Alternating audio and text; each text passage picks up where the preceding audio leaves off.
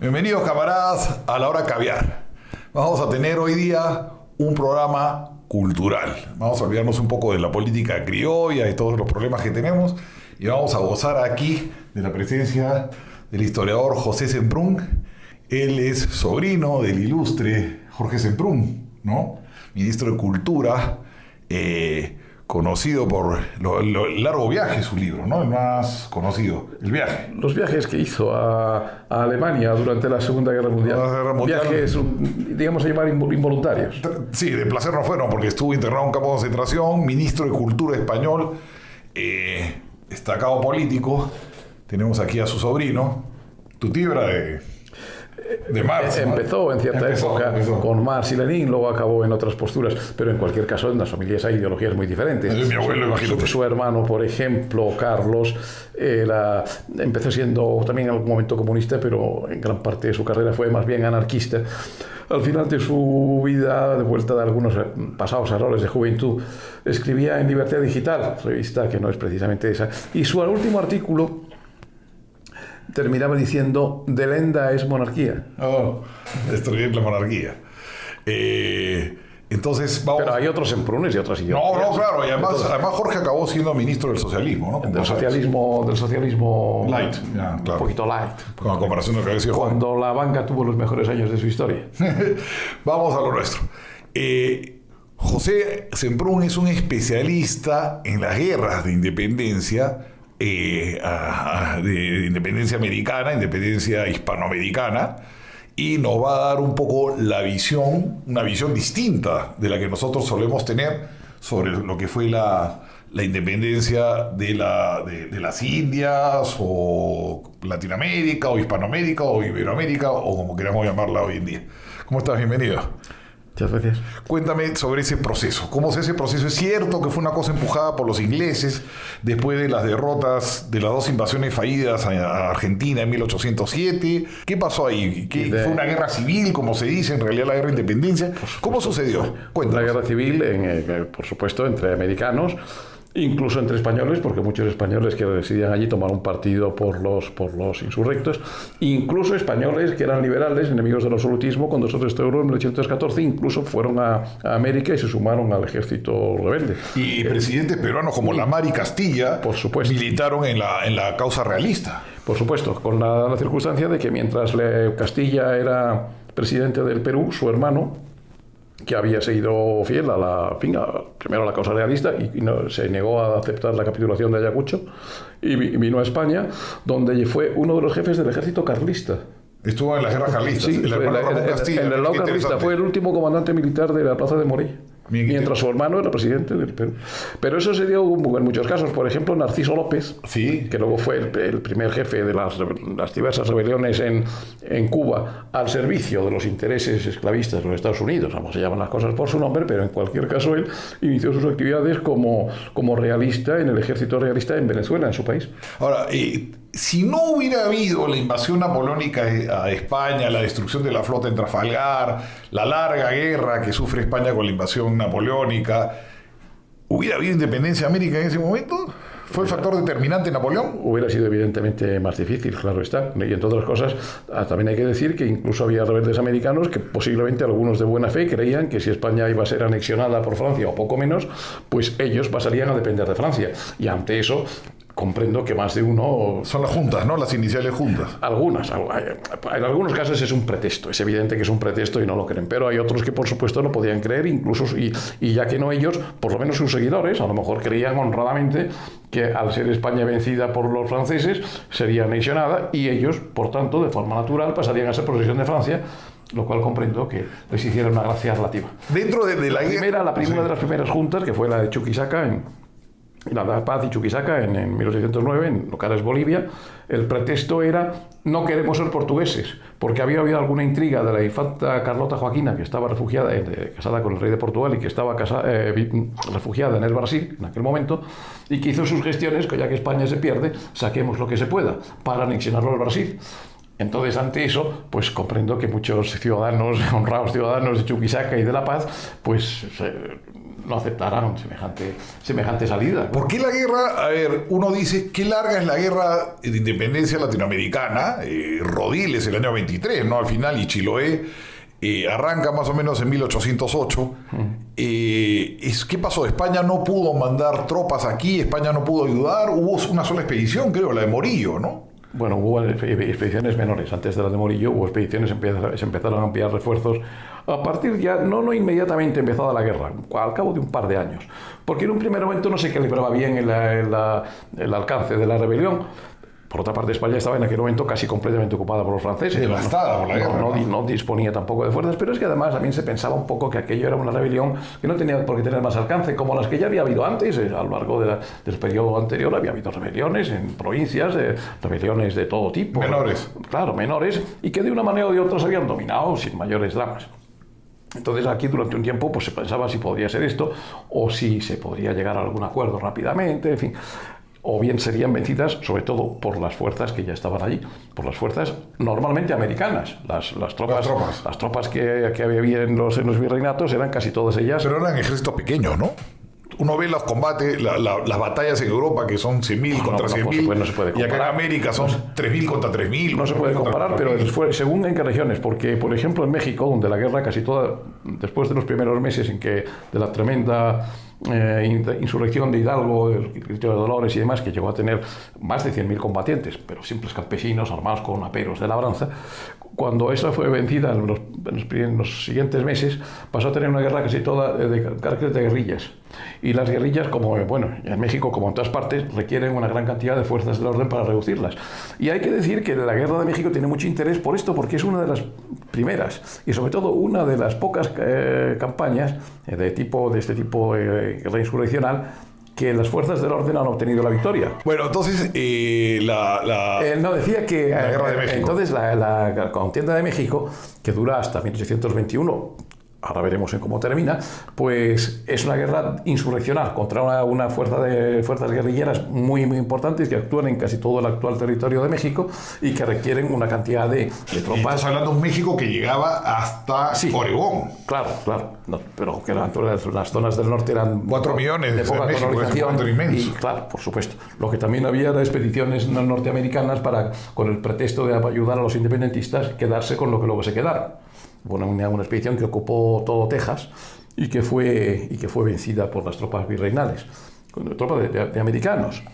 Los americanos tuvieron mala suerte porque los prisioneros que se hicieron en la única batalla que hubo importante, la batalla de Medinilla, fueron fusilados a continuación en su totalidad por los yanquis. Los prisioneros yanquis que se hicieron por las tropas realistas, casi todas mexicanas. Naturalmente algunos mandos eran españoles, pero uno de los que se distinguieron en la batalla fue el teniente Antonio López de Santana, que luego fue presidente, claro, en esa misma Texas. Pero volviendo un poquito al tema donde estábamos. Entonces, la única gran expedición de ayuda que se manda a América es la de Morillo. ¿Cuántos soldados? Unos 10-11.000. Pero antes de eso, ya durante la época anterior, se habían enviado algunas fuerzas a puntos muy concretos. México, que era el lugar más que podían necesitarlas más, algunos sitios donde podían... El virreinato más rico era México, ¿no? El virreinato más rico. Con gran diferencia. Con gran diferencia. Pero es que ahí podrían hacer un papel, mientras que otros sitios donde todo el país, prácticamente todo, había pasado a la rebelión, pues habría que enviar unas fuerzas mucho más importantes que las que se podían. Se enviaban, por tanto, a reforzar una plaza, por ejemplo, Santa Marta en la costa de Colombia, Montevideo, que es lo único que quedó en el extremo sur, y algún otro. Al Perú no se envió nada, por la sencilla razón de que el Perú no lo necesitaba. Precisamente no es que no necesitara fuerzas españolas, sino que es que él, con sus propias fuerzas, dominó Abascal, claro, el virrey Abascal y sus tropas peruanas en su absoluta totalidad, incluyendo los generales en jefe, como Goyeneche, general en jefe del ejército. Que era criollo. El Perú, tú siempre me has dicho que el Perú era un país realista. Lo fue en aquel momento. Hay muchas razones para esto.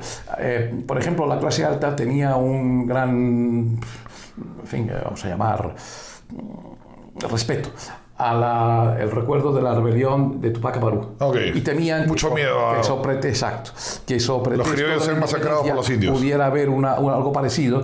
Y en toda América, en realidad, en toda América, no sé si es la palabra. En México también, ¿no? En México la rebelión fue con carácter indigenista y por eso los criollos blancos, la aristocracia local y todas las gentes que dependían de ellos tomaron partido por la causa. Ahora, ¿qué pasaba si...? No, pero decía que en toda América había un ejemplo. Pues todos, de una manera u otra, no dejaban de tener presente el ejemplo. Haití también se había... La rebelión de los negros de Haití. Y el resultado es el que... Una masacre gigantesca. En aquel momento lo tenían. Y eso estaba presente. Mataron a toda la población blanca, ¿no? La pasaron al cuchillo. Estaba presente en toda la... Que no va a suceder. Ahora, Morillo estaba destinado, la expedición de Morillo, que la mandan en 1814. 1814. 11.000 personas.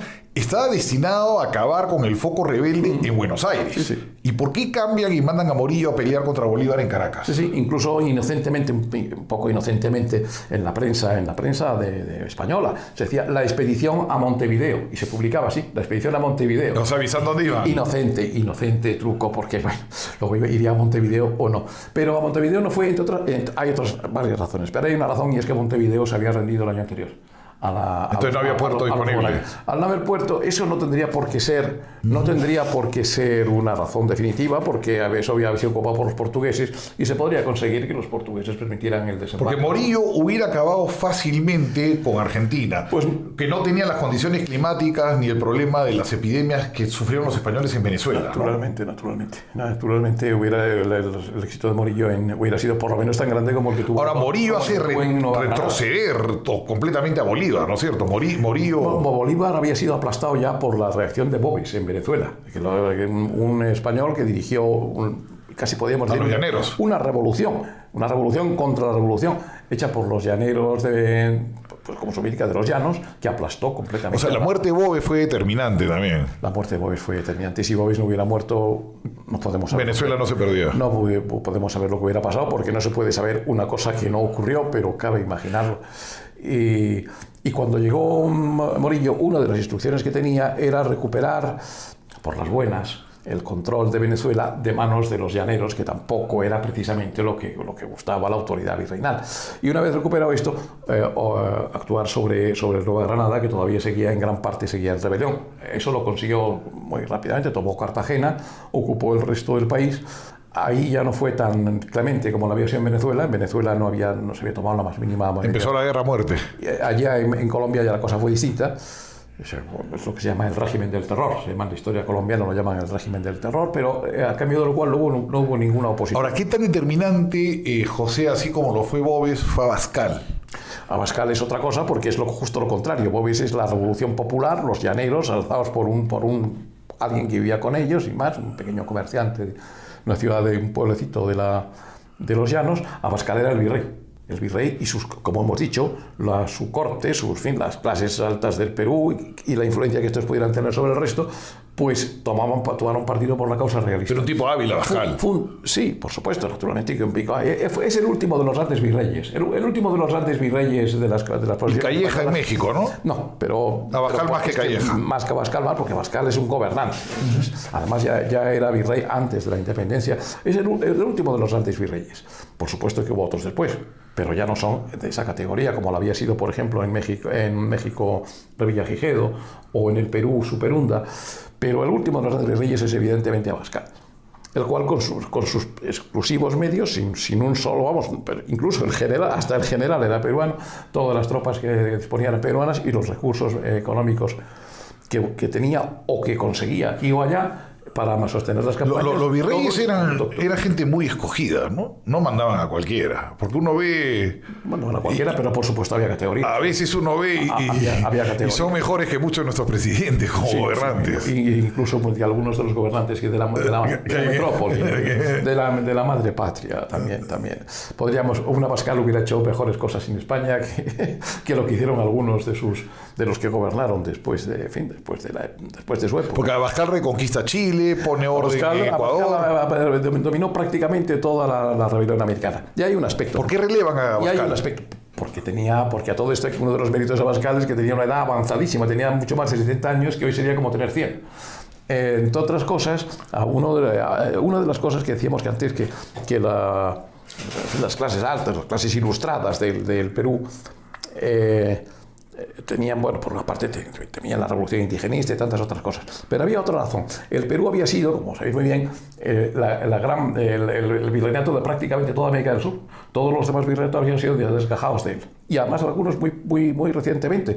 Y eso producía un cierto sentimiento, vamos a llamar, nacionalista, virreinal nacionalista, en la sociedad peruana. Tenían una cierta, digamos, animosidad hacia los argentinos, que se habían separado de ellos, e incluso se habían separado el Alto Perú, que es un apéndice del Perú, la audiencia de Quito, o sea, lo que es el Ecuador, que ya entonces había una cierta rivalidad, Chile, que seguía dependiendo del virreinato, una capitanía, una cosa puramente simbólica, la independencia era casi completa. Entonces eso producía un cierto sentimiento nacionalista, y esa es una de las causas por las cuales las tropas peruanas que envía, por ejemplo, Abascal a Quito a reducir la rebelión de Quito, dirigida primero por el Marqués de Sobalegre, y cuando aplastan la rebelión, pues tienen una actitud allí, ¿cómo podríamos llamar? Enérgica, demasiado enérgica con la población, lo cual origina la siguiente rebelión. Y en Chile, pues lo mismo. En Chile, cuando de la Reconquista, que dirigen el general Osorio con tropas básicamente peruanas. Contra O'Higgins, ¿no? Antes. Contra sí, por supuesto, contra O'Higgins era ya uno de los jefes, pero no era el jefe principal. Es lo que se llamó la patria vieja, sí. Los Carrera, O'Higgins y demás. Y cuando se llevó a cabo la Reconquista, pues las tropas, que se llaman las tropas de Lima, en el acuerdo que firman con los... Esta es la conciencia que hay de que las tropas enemigas son las peruanas, ¿no? Que no se dice las tropas españolas o las tropas virreinanas, no, las tropas de Lima. Las tropas de Lima. Las tropas de Lima. Perdón, me permites, son los peruanos los que han... ¿Me permites un paréntesis? Sí. Vamos a regresar ahora mismo a la segunda parte de La Hora Caviar. No se mueva.